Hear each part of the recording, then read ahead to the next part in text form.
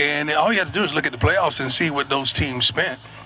Now, at the end of the day, things are decided on the field, but way before that, they're decided in bank accounts. And you understand darn near why they're in the playoffs. It's kind of hard to compete with somebody who's giving $25-30 million to a darn freshman class. Right. And that needs to be leveled out. Like Coach said, if there's some enforcement and everybody's playing by the same rules, I think it's a better game. Right. It's crazy. We're not complaining because all these coaches up here can coach their butts off and give them the right opportunity with the right players and play here and there, you'll be there. But it's what's going on right now don't make sense. It's a sad state of affairs in college football if he who has the richest boosters wins, and I don't think that's where anybody wants it or where it was intended to be. And we want to say stuff, but we're trying to be professional. But you're going to see the same teams darn near at the end and with somebody who sneaks up in there. But the team that pays the most is going to be there in the end. Look, I need everybody to simmer down, okay? The problem with college football is not NIL money. The problem with college football is not the transfer portal. The problem with college football is the college football playoff. Of the top 10 teams that were the highest spenders in 2024 for college football, 6 of those teams actually missed the CFP.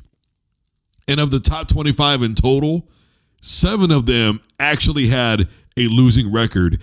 And 17 out of the top 25 spenders in all of college football from the 2024 season actually missed the CFP altogether, which, by the way, is 68%.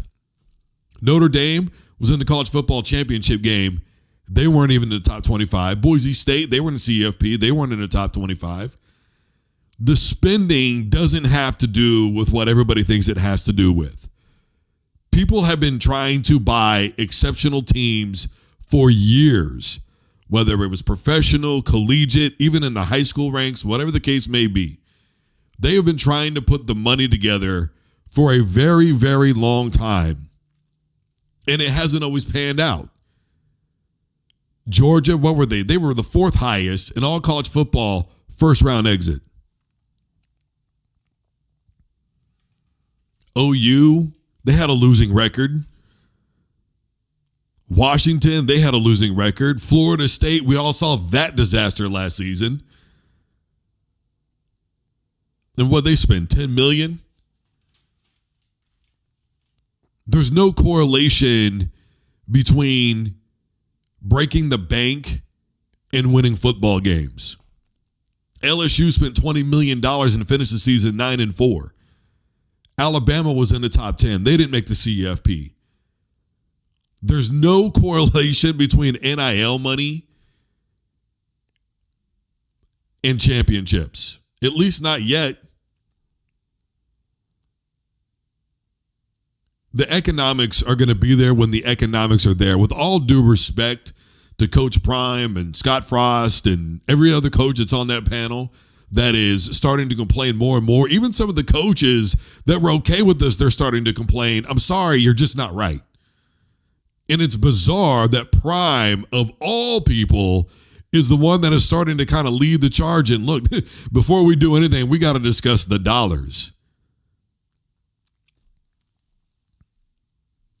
Sometimes the reality later on is much easier when the fog clears and everything goes away and you start seeing what it is.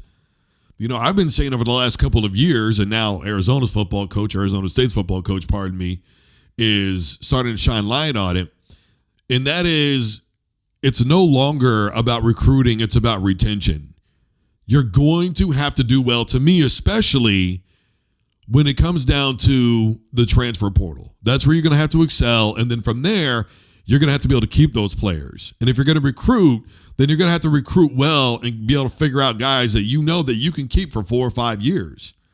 But in the meantime, the money in and of itself is not the losing battle.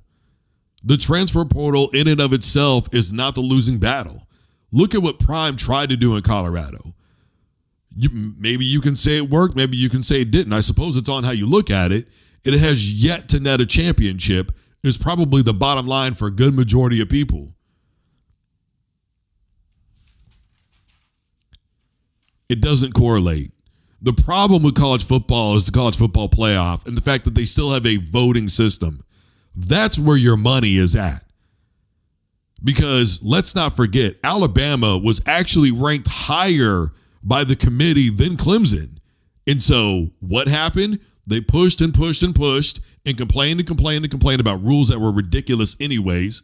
And they set this whole thing up for failure. And that is, well, now we're just going to go with the back to the voting system. The top 14 teams are going to be in. So basically now a conference championship doesn't matter. A regular bowl game doesn't, like none of these things are going to matter now. It's just all going to be about top 14. And you can look at Clemson and go, well, how did they really do in the CFP? Okay, great. But Alabama wasn't there. And Alabama complained and lost to Michigan, a team that a lot of people would tell you really wasn't that good last season. What'd they finish? 8-5 on the year? It's pretty middle of the road. And by the way, they were a heavy spender a season ago in the, what was it, $16 million, isn't that what they spent? I'm just telling you that there's no correlation. Everybody needs to relax about this. The money's going to be there. Don't worry about it. It's your job to coach once the players get there. That's it. That's all there is to it.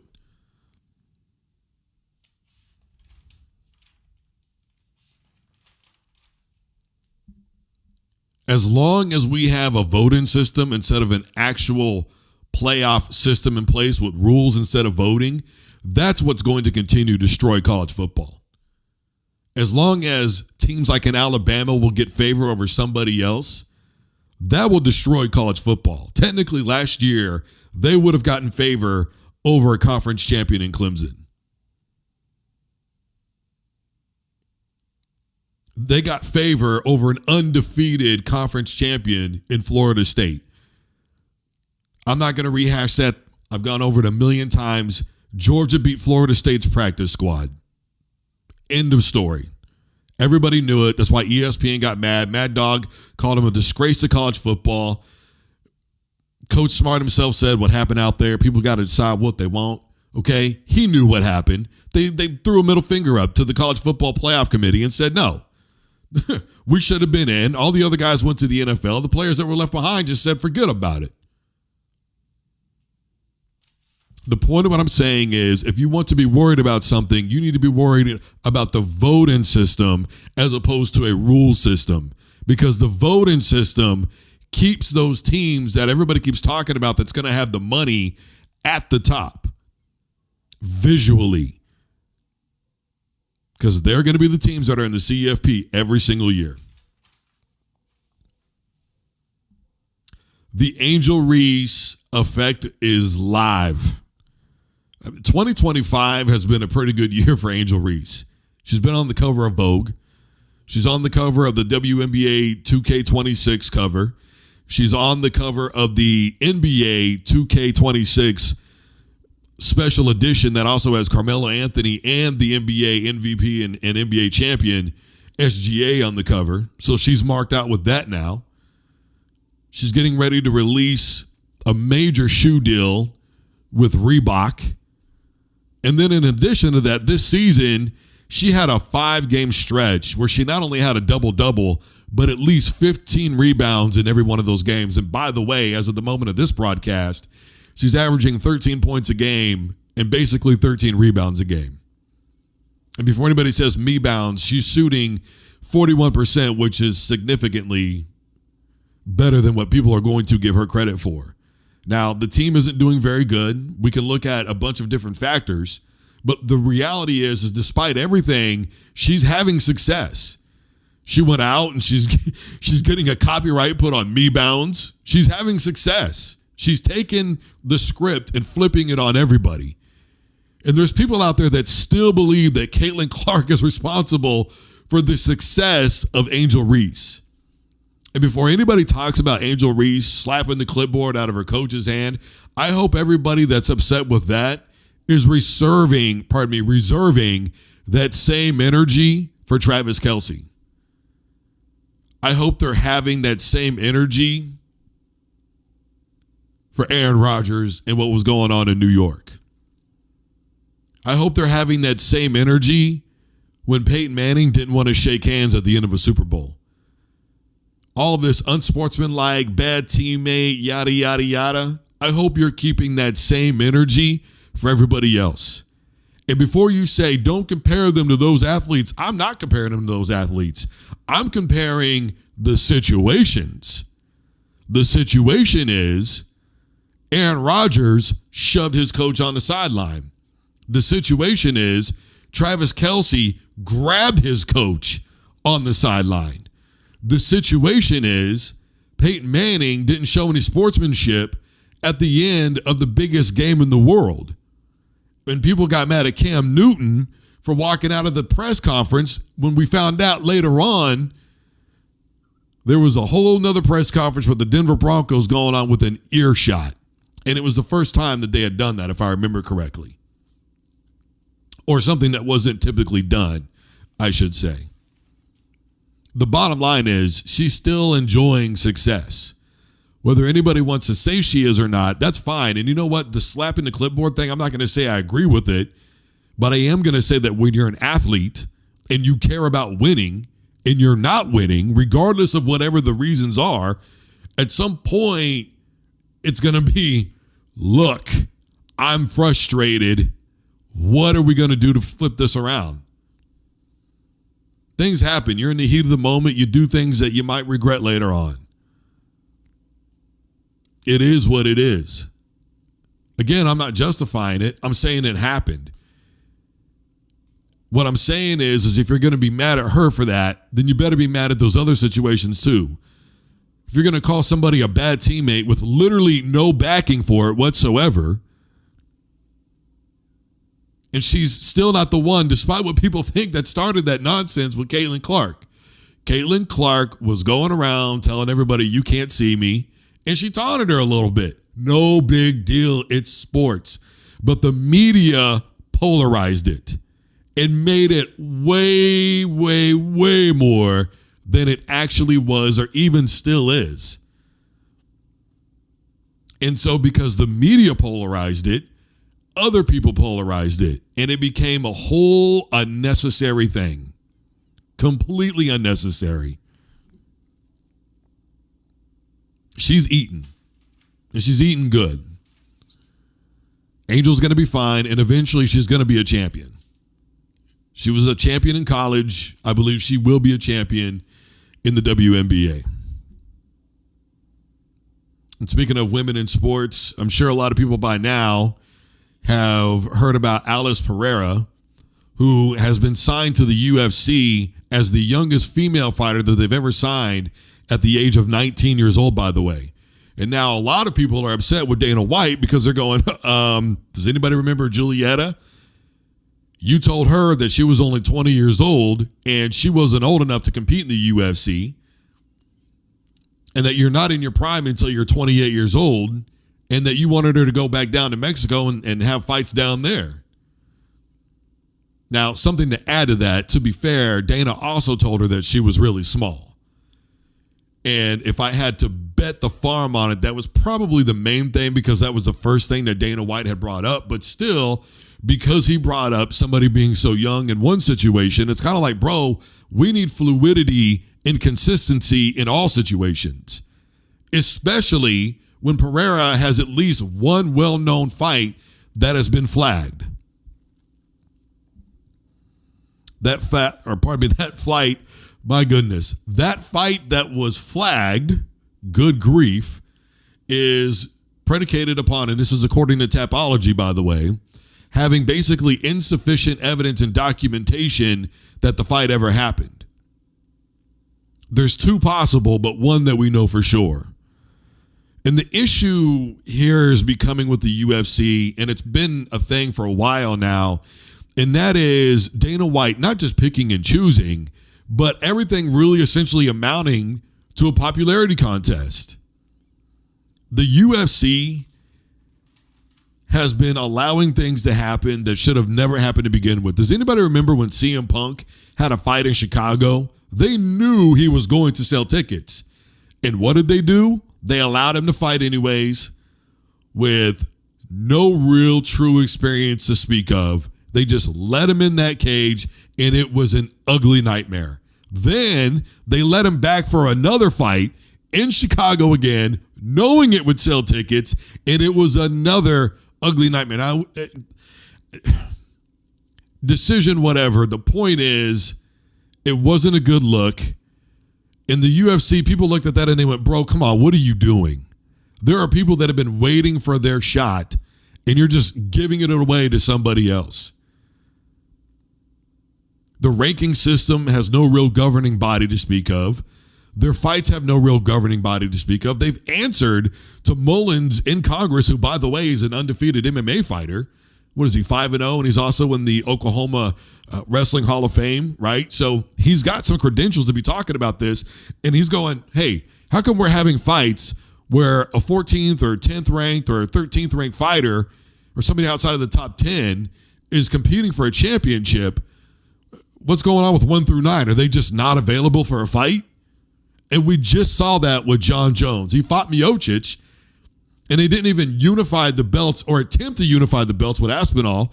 He waited 19 months for a championship shot while Dana White let John Jones play games with that belt, only to retire and then decide, oh, we're going to have a big payday at the White House. Never mind, bro. I'm going to be back in the pool. I mean, Dana White is legitimately treating the UFC like it's the local fight scene.